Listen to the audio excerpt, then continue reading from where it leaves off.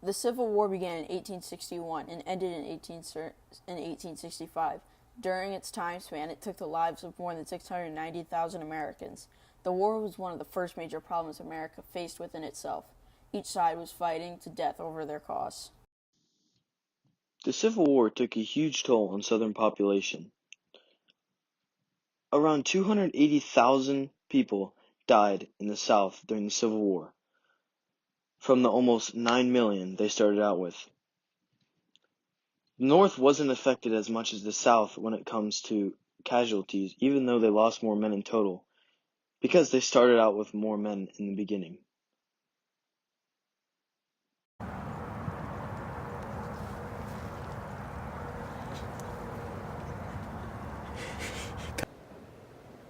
During the Civil War, since cotton wasn't as in demand as years before, Southern farmers were suffering because they weren't making as much money as years before.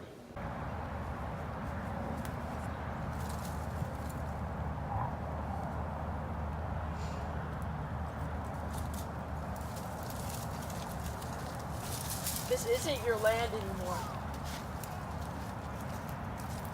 My land!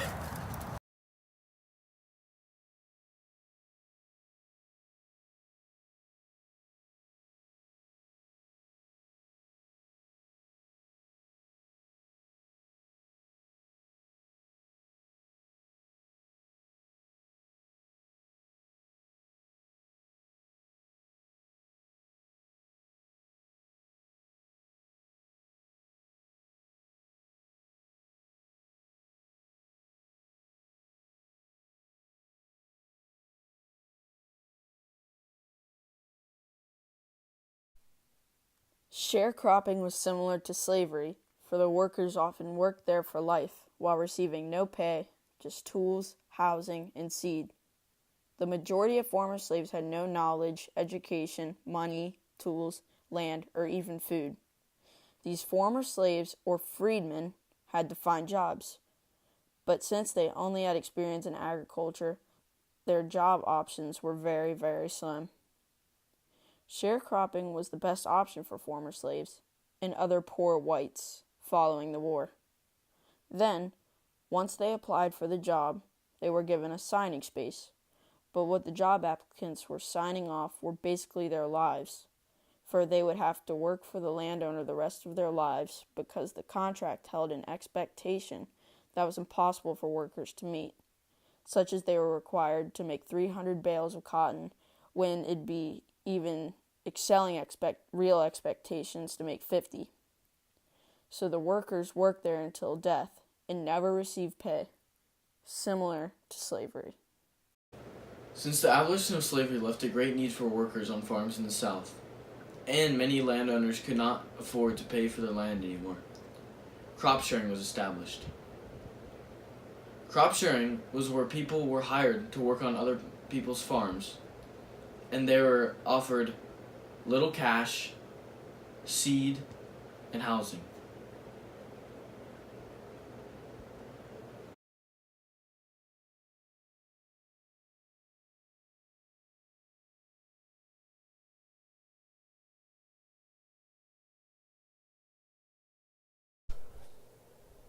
After Lincoln got elected in 1860, and South Carolina was the first state to succeed, 10 other states would go on to succeed. As these 10 states succeeded, the Civil War began. As the Civil War began, it caused many men to have to go into service as the Union was not fine with the states leaving, which they started the Confederacy. In order to get them back as one whole country, they went to war. And for the Confederacy, they went to war so they could become their own country. Women took a pivotal role in the South's economy as all the men began to fight against the Union as they didn't have like a set army as the Union held on to theirs. So as the men went off to fight, the women had to take over as the working class of the South. They began to work in the fields instead of just purely being in the houses and cooking. They did this quote-unquote dirty work. The women also started to begin earning the money. As examples, the jobs they started were farming and medical for the army, as in being nurses to help the injured. Other jobs existed in the South, but those two were the dominant careers women could do. Taking care of the injured soldiers in the time of war also was a very desperate and needed help to the Confederacy. Without them, they wouldn't have been even able to last as long as they did. Women played a huge effect and were affected hugely by the Civil War. Another effect on the Southern economy was the effect cotton played. Cotton was their main profit and basically ran the entire Southern economy. When the war started, they wanted to use cotton diplomacy to keep their army afloat. The idea of cotton diplomacy was to, since other big nations like the United Kingdom, like countries in the United Kingdom and France needed cotton, that they would become allies with the South and help them win the war against the North. But since the cotton was not as high as valued when the Civil War started, the South lost a lot of allies and never really gained any new ones. So their army suffered severely without having enough funds to keep it growing as it should to help against the North's army, which was a lot bigger as it was based off a manufacturing economy. With African Americans gaining more rights, universities such as Fisk and Howard were established, therefore promoting education for all African Americans. Plus, they had new education being founded, such as primary and secondary education schools. The majority of schools were in urban areas, so hundreds of African Americans moved to the city. With so many people starting school from African Americans that were formerly slaves, this eventually laid the foundation for public schooling in the South. As agriculture became less rewarding, more and more farmers lost their farms because they couldn't pay for it, and therefore their farms were auctioned off to other people.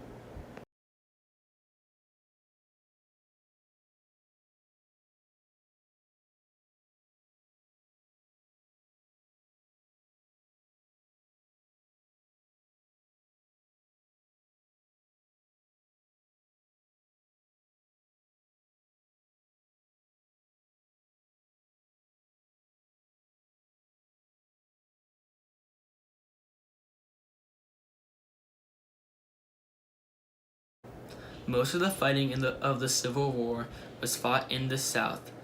The North's buildings and land was relatively undestroyed, whereas in the South, the buildings and the land, including the farms, were all destroyed. It took the South a long time to rebuild it, and the lack of slave help, as slaves were no longer allowed, did not help the South. Not only did the North not necessarily need to help the South, but without slaves, it was just the remaining Southern people fixing up their own stuff, buildings and farms. And they had to fix all this after all the men had gone to war and many of them had died. The Civil War changed the politics in the South. In the beginning, aristocracy in Virginia and large cotton plantation owners were dominant in politics. During the war, small farmers demanded more political influence as they did their best to try to win the war for the South. As the war came to a conclusion, this political shift was short-lived because the new power was compromised when former slaves and later by the resurgence of the aristocracy following radical Reconstruction. Towards the end of the war, the Union's government created a Freedmen's Bureau to assist the freed slaves in the South. New amounts of slaves in the South caused a post-war radical reconstruction, which allowed blacks to enjoy some political power for a little bit of time. The impact of the new millions of slaves changed the power in the South considerably. But the determination of white South to end radical reconstruction undid these. The Civil War upended settler society, ending forever the planter-dominated social hierarchy that was a hallmark of the South.